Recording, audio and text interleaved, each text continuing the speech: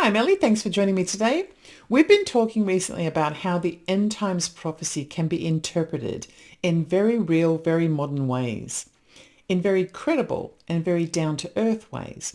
And in our last episode, we talked about that seven-headed beast that appears in the book of Revelation. I've been looking at how the seven heads of the beast might translate into some very real things that are happening today. And I've been able to connect what I think is the dots between the two testaments of the Bible, the Gnostic texts, and the modern world as we know it. And as a backdrop to this, I created an episode in which I talked about the crumbling of theology-based religion and what's going to replace it in the future. This is a really great place to start if you want to start at the beginning. So I'm going to include a link to that episode in the description for today's show. But it's not necessary. You can always go back later. And I'm very briefly going to recap some of the most important points from that episode now. So since the 1960s, but especially recently, theology is being challenged. It is pretty clear that the Bible is not what it was officially claimed to be. And people have been drifting away from religion because of that, and also for other reasons. There are plenty of experts out there that can show how some of the books of the Bible are actually forgeries, and some of them are fantastical, and others have been misinterpreted and mistranslated, sometimes by accident and sometimes on purpose.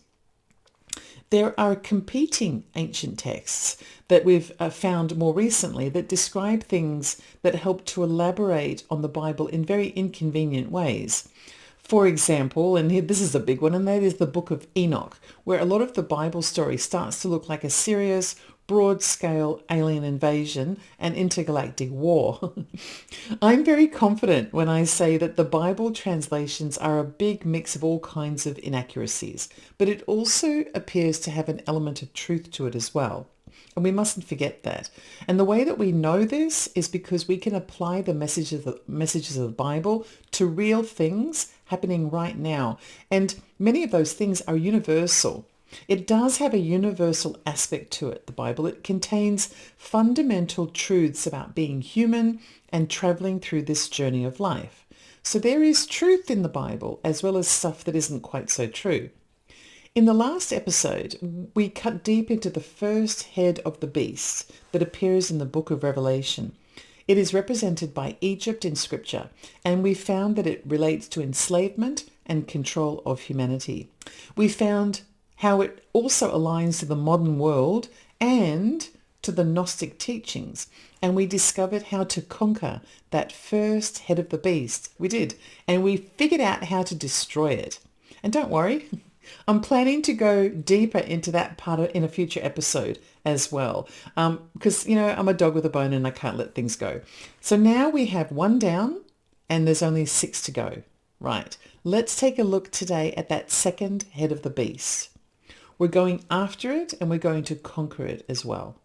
If you're just catching up, you can find my earlier episodes about this linked into the description for today's show. You won't need them though. You can still watch today without any previous episodes and just catch up later if you like, whatever it is that works for you. So the first head of the beast has been aligned to the ancient civilization of Egypt. Egypt was the first time humanity was enslaved. And if Egypt was about the chains that could be seen around us that were enslaving us, then the second head of the beast, representing Assyria, is about something very different, something far more deliberate and far more sinister. It was about the kind of brutality that doesn't just hold people, it breaks them. In the ancient records of the Bible, Assyria didn't win the hearts of the people with slow, creeping manipulations and enslavement by those means. It didn't softly coax obedience like Egypt did. It led with brute force. Assyria was about invasion, deportation, and terrorization. Egypt was able to create and perfect a prison-like environment that enslaved the people. But Assyria was different. It perfected the machine of war. Military conquest was the name of the day in Assyria, and that makes the second head of the beast an entirely different kind of thing. Because what we're really talking about here, whether it's found in ancient stone carvings or even in the headlines that we see in news reports, is weaponized fear. That's what Assyria was all about. It was about weaponizing fear. In the Hebrew scriptures, Assyria is constantly looming in the background, one way or another. It's like a continuous threat, and it hangs over everything. It's the empire that conquered the northern kingdom of Israel in around 722 BC. The Assyrians didn't just occupy. They dispersed the populations and shattered communities to prevent any kind of revolt from breaking out. And the writings from that time openly bragged about the cruelty that was being exhibited against the people. I mean, if you've read the Bible, you're going to know what I mean. It's seriously depraved stuff. That's Syria. That's Assyria.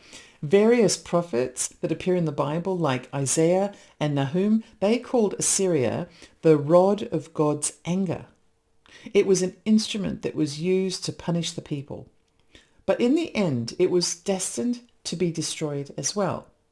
As the second head of the beast, Assyria opposed the divine order of reality, and it does this by enforcing chaos through terror. And it creates terror within its policy framework. So, it's kind of by design, this terror. It's been deliberately created. Now, I'm currently reading a book called The Dawn of Everything. It's a serious book. It's written by two guys whose first names are David, and I'm going to have to put their names on the screen. So the two Davids who wrote this book, The Dawn of Everything, which I think is probably about 1,000 pages long. One of the most memorable terms that I've been able to get from this book, because it does have a lot of words, is what societies survive on. And it reminds me so much of Assyria. They survive on violence, chaos, and charisma. How's that? Interestingly, the Assyrians are officially supposed to be the most disciplined army from the Iron Age, but they also seem to have a very advanced kind of discipline for that time. And questions have been raised about whether there were any tactical or cultural advantages that were given to the Assyrians through contact with some kind of, teacher that isn't one of us ordinary folk here on earth. Perhaps someone from the sky, perhaps maybe visitors came and gave power to the Assyrians. There's a lot of hints in the Bible when referring to the Assyrians that alternative theorists like Paul Wallace, for example, who is a fellow YouTuber here, or even the Raelian movement, seem to believe related to sky gods, who were aliens that shared their know-how with us humans, but only some of us humans, The views are different. For example, Paul Wallace's version, for that you can check out his YouTube channel or perhaps read some of his books, which I've done. But when it comes to the Raelian movement, I recently interviewed the chief rabbi from the Raelian movement, and you can find a link to that episode in the description box for today's show. The aliens that the Raelians speak of are peaceful, but the Assyrians were not peaceful, and whoever it was that gave them their advantage wasn't peaceful either. They were warlike. But there was still that aspect of advanced technology that appeared in all of these versions. So that kind of makes us think about whether there's a there when it comes to the alien story related to the Assyrians. Even though they were an advanced culture, that's not the most relevant thing for today's show. So maybe I'll pick up on that for another show. Most importantly today, however, and whether you're looking at it through a biblical lens, the traditional style, or an archaeological lens, or even one that's kind of superimposed onto the ancient alien theories, the pattern is pretty much the same. Assyria spread control just like Egypt did. But unlike Egypt, Assyria didn't own the people like slaves. They spread control by making the people too afraid to resist. And this is where the second head of the beast begins to look like a very modern style of emerging, new and secular religion. Because after looking at all of these topics that we're going to cover as we examine the seven heads of the beast from Revelation, I'm increasingly convinced that the seven heads of the beast are the seven emerging religions that threaten to take us over. But don't worry. We're not powerless. I promise we're not powerless. The very same information that we learn about through the threats contains the secrets of how to eliminate those threats. So let's begin. There are 5 aspects of weaponized fear that are manifesting in the modern world, which align perfectly with Assyria as defined by the second head of the beast. The first is shock and awe as policy. So in Assyria, a siege wasn't just a military event, it was a spectacle, it was theatre. The destruction was meant to be witnessed and the cruelty was meant to be remembered. Today, this shows up in other types of spectacle power. Have you ever heard the phrase, if it bleeds, it leads, for example? Haven't you noticed that everything is getting louder and brasher and more explosive every day? The politicians aren't just disagreeing on policy, they're actually threatening each other. How many mass shootings were there this year? I mean, at the time of recording this, there are too many to count, and it's only August. There are so many things to fear if you listen to the noise. Let's listen. Poverty, gay people, foreigners, the other political side, gun violence, the drug epidemic, rising prices, lack of housing, the gas pump, overseas travel, a phone call from a stranger, genetically modified food, sugar, fat, salt, the elites, the establishment, the conspiracy theorists, the church, the intellectuals, the cults, the ignorant, the manosphere, the feminists, the international terrorism threat, domestic terrorism threat, the police, black people, white people, Muslims, Christians, Jews, the corporations, the side hustler, the military, other nations, rich folk, poor folk. And I mean, even the opinions that you don't agree with are suddenly intolerable, nasty, or even evil. The point is not just to act against any of these things. The whole point is to fear them. That's the point. And to make sure that people feel as though the threats are imminent and that everyone can see them. Fear travels much faster when you can't avoid these images. And that's why we're being constantly bombarded with images of things to fear. And in the modern world, we can't avoid anything unless we unplug and disappear to a cabin in the woods somewhere. But even then, chances are the fearmongers will still find a way to find us. And of course, there's also bears as well. So that was the first aspect of weaponized fear. The second aspect of weaponized fear is forced displacement. In the Bible, Assyria uprooted entire communities, scattering them across the empire to dissolve their identity and break alliances. In the modern day, forced displacement appears in other ways. So getting evicted from your home is a very small and local example of forced displacement. But what's happening in Gaza is a massive example of forced displacement. But you know, gentrification is another example. And gentrification sounds like a really good thing. It's when all the poor neighborhoods get a ton of money and they all get spruced up and become beautiful. It's a lovely thing to do, except as soon as they become beautiful, the prices of housing in those areas goes up so much that the original residents can't afford to live there anymore. And so they end up getting displaced. They get pushed out so that the wealthier, more acceptable people can move in. Homelessness is on the rise, and homelessness is a form of displacement. Displacement is when something is implemented that quietly or loudly, but often quietly, removes people from their position of personal empowerment. Having a home that's safe and warm and secure is a form of personal empowerment. Moving people somewhere where they have no network, no voice, and no power is displacement.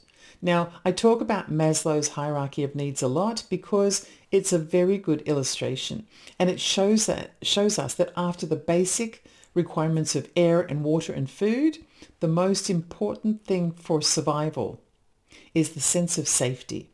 And when you are displaced, you have no sense of safety.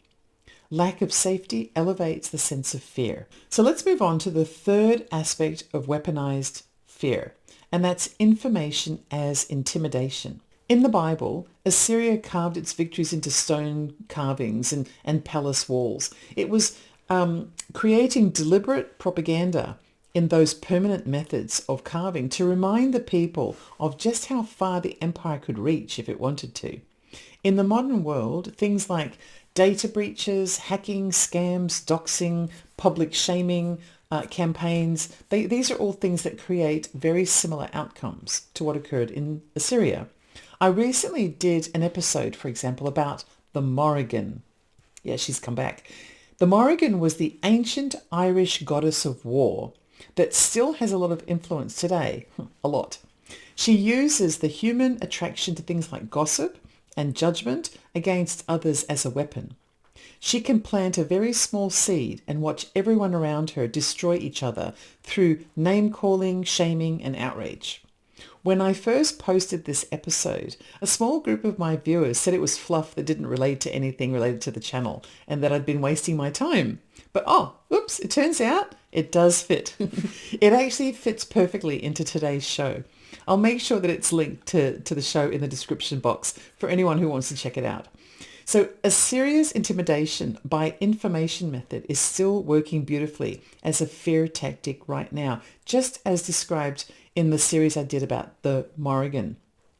An example out there in the world right now is how many of the legal firms and universities are falling into line with the US presidency right now. They are fearful of information that's being used to intimidate them. But don't get high and mighty about that because it's happening everywhere on all sides of the spectrum. Another example happens frequently here on social media. The whole trolling thing, for example, and doing things like pressing the thumbs down button or derogatory comment leaving and things like that is another form of information intimidation. It's a form of punishment through information. If you show one person's punishment loud enough, other people are going to regulate their behavior out of fear. It's a form of intimidation. So let's move on to the fourth aspect of weaponization of fear, and that is the criminalization of dissent. I have some personal experience about this. But anyway, I'll tell you about that in a moment. In the Bible, Assyria's law was the will of the king. So to resist wasn't just dangerous, it was made illegal in ways that you couldn't talk your way around. Today, laws are written in very much the same way as to make certain gatherings, certain words or certain symbols punishable regardless of their actual threat. Now, there is an example that exists here in Australia. And that is that the swastika symbol has been outlawed. It is illegal. People are not permitted to display it in this country. However, the swastika wasn't created by the Nazis, and that's the reason, the Nazi element is what makes it unlawful. The sad thing is, the earliest swastika symbol that we know of has dated back to around 17,000 BC. The word swastika in Sanskrit actually means good there is. It's a very positive symbol. It obviously was weaponized by the Nazis, which turned it the other way. So if somebody is displaying it, it's probably going to be for a racist reason, and that's the reason why it's been outlawed. But you see, this is still an example of criminalization of dissent. But I'm going to give you another example of the criminalization of dissent that's happening right here on this channel. And it's been directed towards me in particular. And you might be surprised by this. Apparently, according to some people, it's against the laws of nature for me not to be a real fan of Rachel Maddow, because she's all right, but I'm not really a fan. Did you know that if I even make the slightest move that alludes to a skeptical view of Rachel or anything that she says, that I immediately get a barrage of hate mail? I do. I get a barrage of hate emails. I've had people call me all kinds of things because I said that, she's all right, but I'm not that impressed. Because people who see me as leaning left, well, Rachel is the high priestess of the left. And so to dissent from that divine position is the same as taking the Lord's name in vain for devout Christians. It's exactly the same thing. The process of criminalization of dissent sends a message. What it does is it tells the person, if you dissent, it will cost you dearly. I actually produced a video in direct response to a comment that was posted by one person that was basically, I think they said, shut up and just read the tarot cards. When I actually gave my opinion about something. And so I created an episode based as a direct response to that comment. And I'll leave a link for it in the description box for anyone who's interested. But the criminalization of dissent is an aspect of weaponizing fear. Do not step outside the boundary that I have set for you, or else be fearful. That's exactly what that is. And so let's move on to the next aspect of weaponized fear, and that is psychological occupation. The strongest and the most powerful and the most enduring weapon that Assyria had wasn't its army, but it was its ability to live inside the minds of the people who'd been conquered. Even after the troops left battle, fear kept people in line. That's the same principle behind a very obvious phenomenon that's taking place right now at this moment throughout the Western nations. Everywhere we go, non-stop, and it's been doing it for 10 years. Every hour of every day, unless, of course, we make a deliberate point of unplugging from that phenomenon. That single phenomenon has occupied our collective psyche. Can you guess what it is? Or more accurately, can you guess who it is? If he is living rent-free in your brain, regardless of whether it's because you know that you're afraid, or you make money from talking about him, or you love him, or you hate him, or you're just hanging on in the hopes that one day he drops dead by Christmas, then you are psychologically occupied. Exactly the same way that one nation can occupy another nation during times of war. And that is the fifth aspect of weaponized fear. Now I'm going to shift from all of that weaponized fear talk to the beautiful, softly worded messages that are coming out of the Gospel of Mary once again, because I love the Gospel of Mary. And I want to show you, just as I did in the previous episode related to the first head of the beast, how the Gnostics were able to connect the dark forces described in the Book of Mary to end times prophecy. Assyria is the civilization related to the weaponization of fear. And fear derives from a sense of one's own mortality. When you have a sense of fear, it becomes a fundamental that becomes political in nature. It's either you have to be this or you have to be that.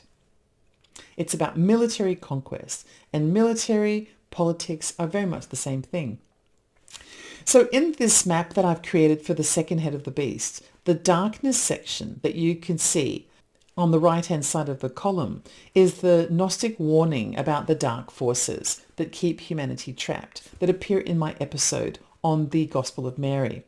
If you can inject fear into a person, you can dominate them through that fear. You can chain a body physically, but the only way that you can really chain the entire person is to chain their mind. And it's the fear that chains the mind. Egypt's enslavement methods demanded that we believe ourselves to be a certain thing. It kept us in darkness. Assyria's terror is how we are frightened into believing that we don't have a choice. If you recognize that pattern now, in the way that information is being used everywhere in ways that are meant to haunt you and silence you and scatter you around in your little groups of ineffective people, if you can see that pattern right now as I'm talking to you, then what this means is that you've already stepped out of the script that's been designed to control you. And that's the only way to destroy the second head of the beast. Not by matching fear with fear, and not by trying to match fear with things like outrage and resistance and stuff like that and digging your heels in, but by refusing its terms altogether. Refuse to engage. Reject the shock and the awe methods that get your attention. Refuse to leave the places that you're told you don't belong. Stand up for the small voices who are being drowned out by the loudest, most intimidating voices. Don't allow intimidation to rule your information sources. Let people be who they are without criminalizing their dissent. And if something or someone is living rent-free in your head, evict them. Man, it's your head. Fill your head with the things that give you psychological strength. I'm going to include an episode that I did on how to navigate emotional triggers, because that's a big part of it. I'm going to link it below. The way to kill the second head of the beast is to stop letting it live in your head. Because another thing that Mary says that Jesus told her is that the only way to defeat the dark forces is to step away and let them defeat each other. 2 down. Now we only have 5 to go. Join me in the next episode when we tackle the third head of the beast. Welcome to the new world. This is Ellie Dreams Down Under. I love knowing you're here, and I'll see you in my dreams.